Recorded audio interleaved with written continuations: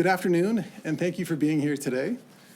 Last week, we saw the passage of Bill C-48, a prejudicial attack on Alberta, and Bill C-69, the No More Pipelines Bill. That is why today in the legislature, it was my pleasure to introduce Bill 13, the Alberta Senate Election Act. This bill is based on a Senate election law that expired in 2016 and reflects our government's belief that elected senators who have a mandate from Alberta voters are more effective voices for Alberta's interests in federal parliament. Our government believes that Albertans, not the federal government, are the ones who should choose who best can represent their interests in Ottawa. When Albertans have had a say in who best represents them in the Senate, they have always chosen individuals of the highest caliber. While the federal government has often ignored Alberta's concerns and those of countless Canadians, our elected senators have stood up for Alberta and have been effective voices for our province's vital economic interests. This law would allow a Senate election to be held as part of a provincial or municipal election, as a standalone process, or with a referendum. The government of Alberta would then provide the names of our Senate nominees to the Prime Minister for consideration when filling future vacancies, with the hope that he would uphold the democratic mandate of the Alberta people. Albertans should be proud of the leadership role our province has played in Confederation. Last week, we filed a reference to the Alberta Court of Appeal that challenged the constitutional validity of the federal carbon tax with its overreach into our constitutional jurisdiction. Following the passages of Bill C-69 and C-48, Premier Kenney announced that we will use every legal tool at our disposal to fight for our province's economy, jobs, and families. Just yesterday, I announced that our government would intervene in Saskatchewan's case at the Supreme Court challenging the federal carbon tax. And when our government passes this bill, I am proud that we will once again have Senate elections in Alberta and set an example for other provinces on the benefits of having an effective elected voice in Ottawa. Passing the Senate Election Act would restore Albertans' opportunity to directly participate in choosing their Senate nominees.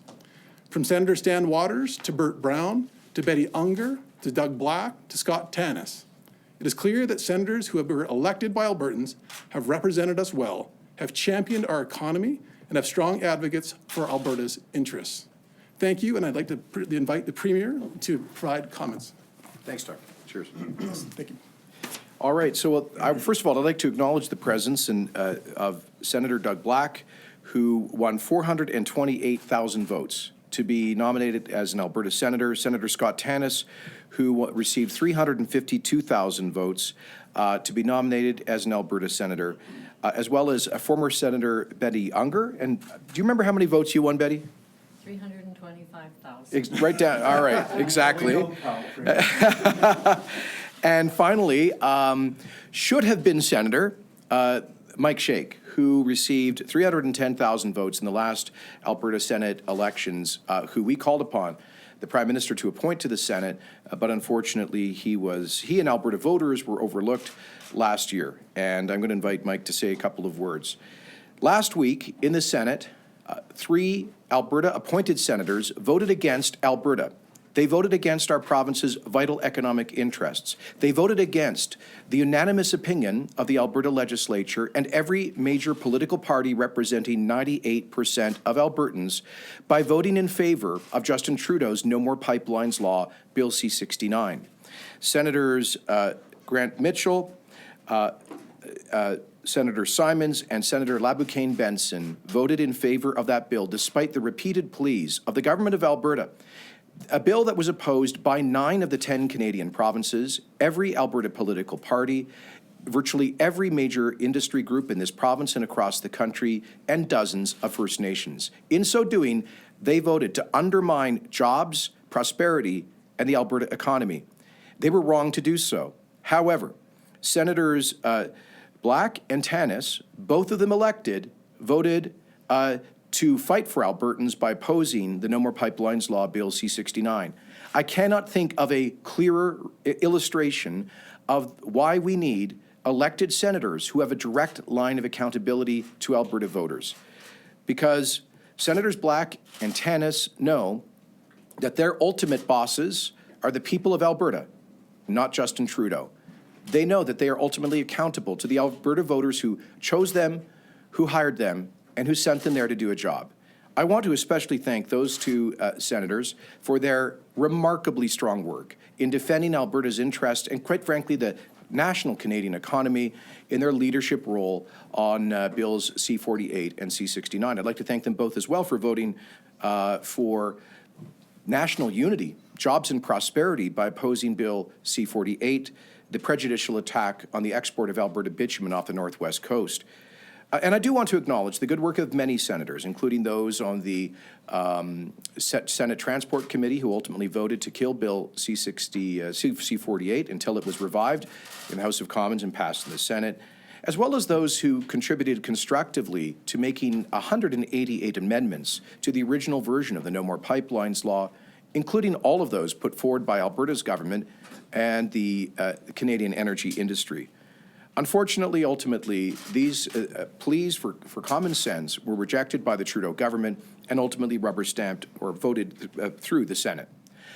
And I think, I cannot think of a better practical illustration of why the United Conservative Party committed in our recent election platform to renew the lapsed Alberta Senate Election Act.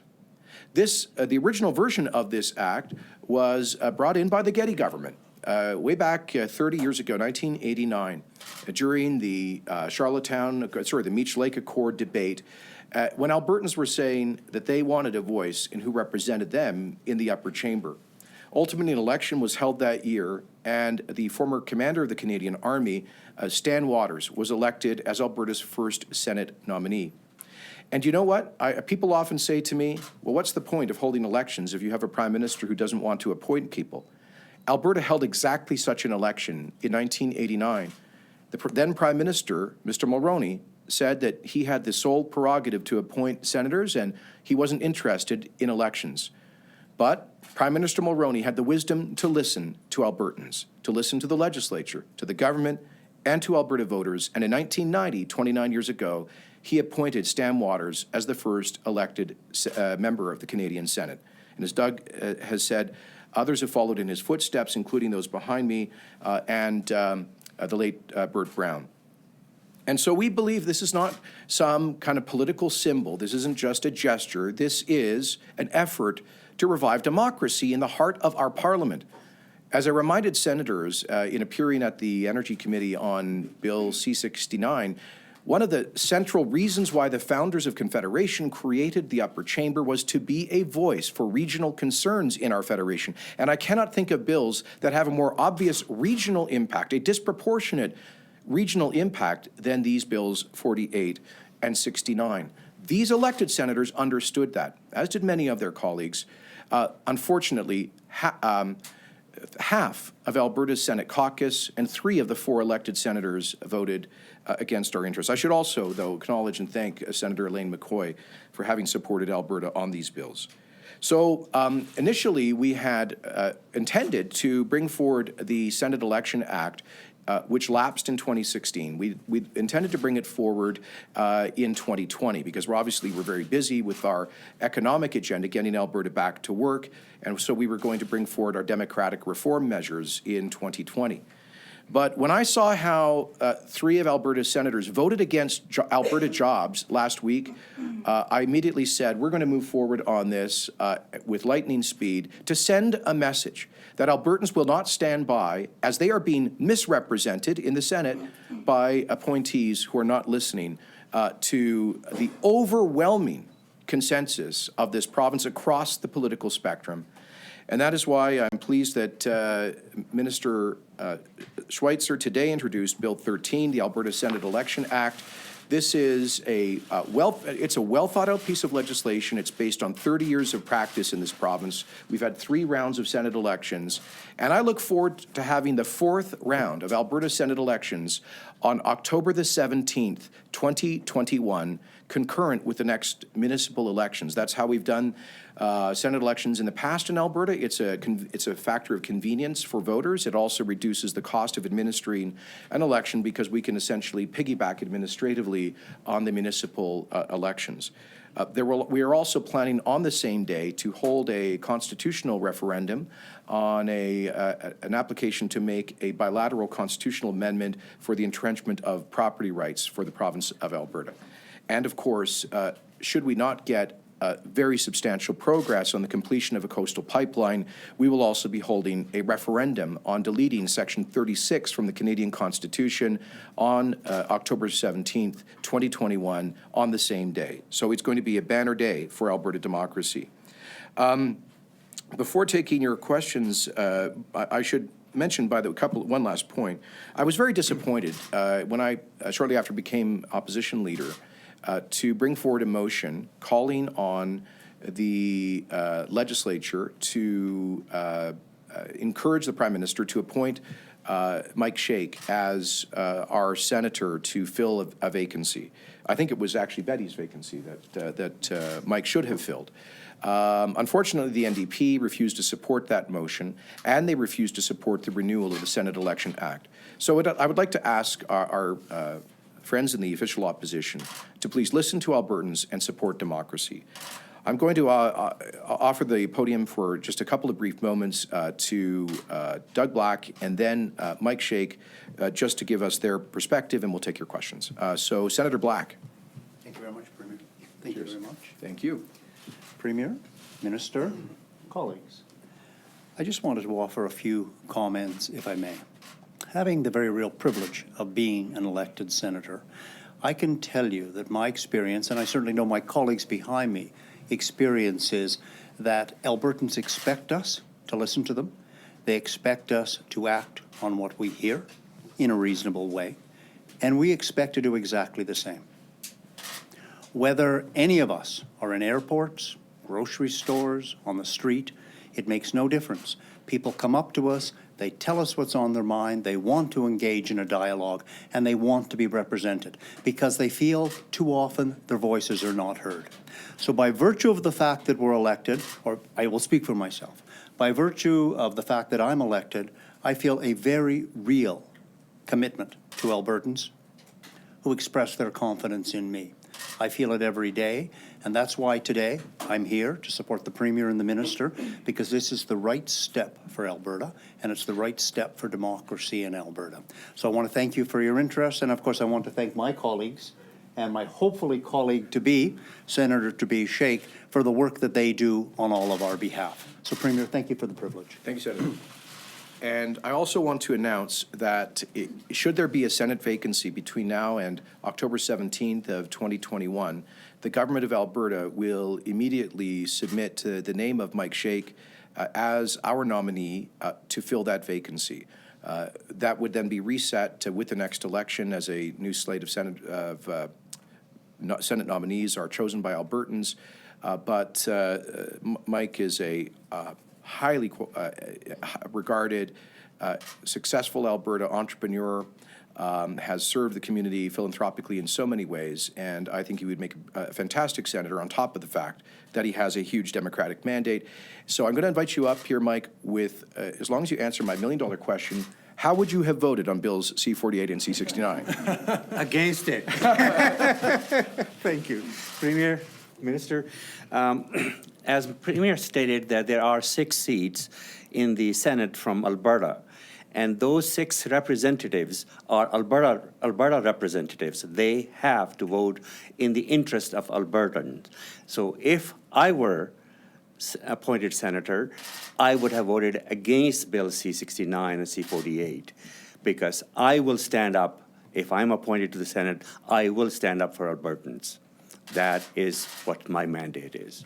All right, thank you, sir. Questions? Yeah, why do you keep saying Simon voted against 48 when she didn't? She voted against C-69. It was Grant Mitchell voted against C-48. Yeah, why do you keep lumping them in together though? What you're saying is that we need to elect senators because half of them aren't voting in Alberta's interests. And you're lumping them in together and you're Are you deliberately doing that so that people? Yes, I'm won't- deliberately lumping together the three senators who voted against Alberta on Bill C-69 But not on 48. against. But you're lumping in 69 and 48. They're very different bills. They had very different outcomes in votes as well. Why do you keep lumping them together? I don't. I've been very clear in my communications that one Alberta senator voted in favor of Bill C-48, Senator Grant Mitchell, former leader of the Alberta Liberal Party, even though we brought him here to Edmonton and made very clear our profound objections to this bill. We had 3 Alberta senators, all of them appointed by Justin Trudeau. Excuse me, I'm sorry, one was appointed by Prime Minister Chrétien. Grant Mitchell, Paula Simons, and Laboucane Benson, who voted against Alberta's interests on Bill C-69. They voted against the unanimous motion of the Alberta legislature, against the advice of all 4 major political parties in Alberta that represent 98% of Alberta voters. I am very disappointed in the way they voted against Alberta's interests. And that's my job as Premier, is to assert our province's interests. I would think that's the same job of Alberta senators. What about the idea of democracy and everyone can actually have a different opinion in the role of democracy? That's why it exists. A great point. So if senators were to run on a mandate to oppose policies that, I should say, if they were to run on a mandate for policies like Bill C-69 and C-48, policies that would damage the Alberta energy sector, and they were to win an election, I would fully expect them to vote in accordance with that democratic mandate. But these senators don't have a democratic mandate. And I don't think I think it's highly unlikely that somebody seeking election to the upper chamber with a platform that is frankly hostile to the Alberta energy sector would get elected. So that's the democratic test.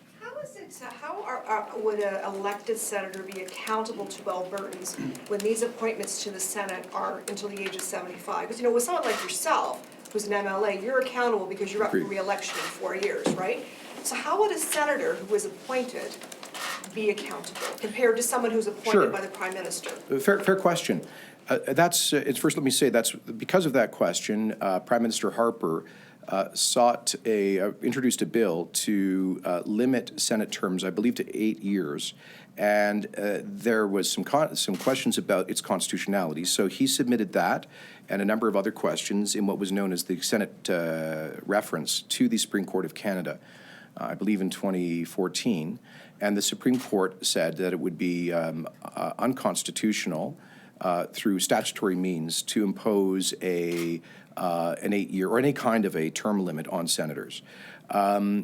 People running for the Senate, however, could always choose to make a political commitment to only serve a certain number of years. If they chose to do so, they could make that part of their platform. And whether they're appointed or elected, the Constitution is clear. They get to serve till 75. My view is if they're elected, they have a much stronger accountability link to voters, and I think that was demonstrated by the voting records last week. Can I ask about the Western Premiers? Sure. It's going to be the first time you meet face-to-face with John Horgan. I'm thinking, how do you think that's going to go?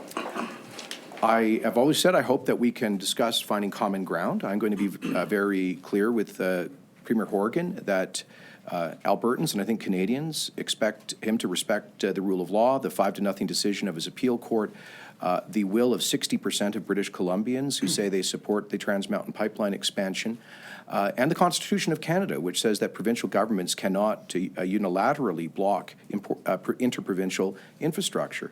So I'll certainly make that case to him as persuasively as I can. I do believe and hope we can find some common ground on other issues, such as, for example, liquefied natural gas exports. I'm pleased his government is supportive of LNG Canada and the Coastal Link gas pipeline. Perhaps we could find common ground on advancing Aboriginal financial participation in major resource projects. There are a number of issues on the agenda, including addictions and mental health, where I believe we can have constructive discussions. So we will obviously have a clear difference of opinion on TMX, as did our previous Alberta government. But that shouldn't inhibit us from trying to find common ground on some other issues. So just to be clear, are you going to ask him specifically to, give up any obstruction or any kind of method he might have? Yes. Ryan Pallister is saying that he's going to come to the meeting looking for some sort of statement or joint communique denouncing Quebec's Bill 21. Would you sign on to that, and what do you think about the bill itself? Well, I spoke to that in the legislature last week and indicated I'm not in favor of that bill. I was, when I was federal multiculturalism minister, I, on behalf of the federal government, threatened to challenge Quebec in court if the previous PQ government adopted the Charter of Values, which was a different version of Bill 21. We Albertans believe in pluralism and religious freedom, and don't believe there should be a limit on what they call ostensible religious symbols for people working in our public services. This did come up in my conversations in Quebec City with Premier Legault. I haven't had a chance to talk to Brian Pallister about that, and I'm happy to do so. We'll be seeing him in a couple of hours. Let's go to the phone. OK. Vous ne voulez pas le français sur la question du Sénat également? OK. I'll come back to the Senate later in French. Oui, écoutez, comme j'ai dit dans l'Assemblée la semaine dernière, je suis contre le projet de loi 21 au Québec parce que je suis amateur de pluralisme canadien. Ça, c'est une valeur importante pour les Albertains. Et je crois, également, j'apprécie évidemment la liberté de culte, de religion. C'est un droit fondamental du Canada. Et c'est une question qui a été que nous avons d'aborder à Québec avec le Premier ministre Legault. Cela étant dit, je n'ai pas eu l'occasion à parler au Premier ministre Pallister. Je le ferai prochainement. Et sur la question du Sénat, aujourd'hui, do you mind if I just do a little French clip in Senate?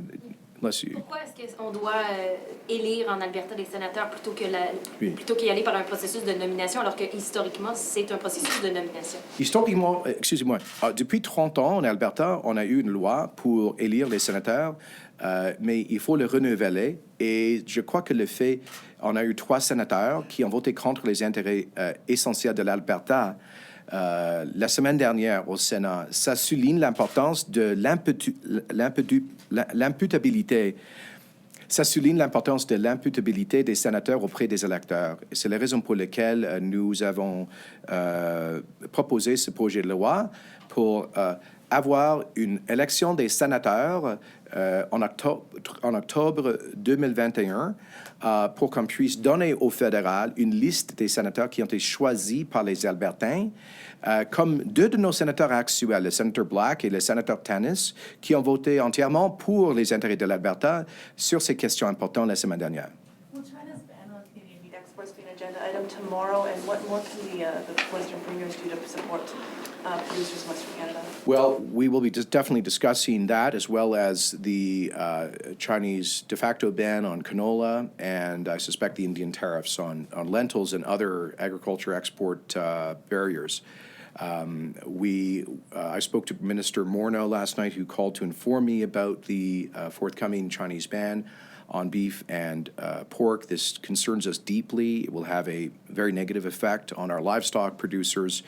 I have asked Minister Dreeshen, Minister of Agriculture, to reach out to and meet with the pork and beef producers to consult with them. We understand that there's some technical work the federal government is doing through the Canada Food Inspection Agency with the Chinese government over the issue of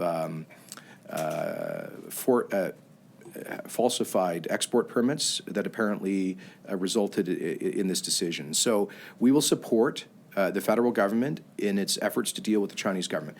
Alberta does not have a separate foreign policy. We don't have a separate China policy. We will support our federal government as they work with China to reopen the Chinese market. But I think this underscores the real importance of market diversification. This is why we had Trade Minister Tanya Furr go to Korea and Japan last week. And I've asked our officials and Minister Furr and Minister Dreeshen to work with other Western provinces on doing everything we can to promote Canadian livestock and agricultural exports to other emerging markets. We cannot be overly dependent on the Chinese market, given the obvious political uncertainty that we're seeing. Let's go to the phones. What reaction do you think Premier Horgan's going to get when he gets off the airplane today in Edmonton?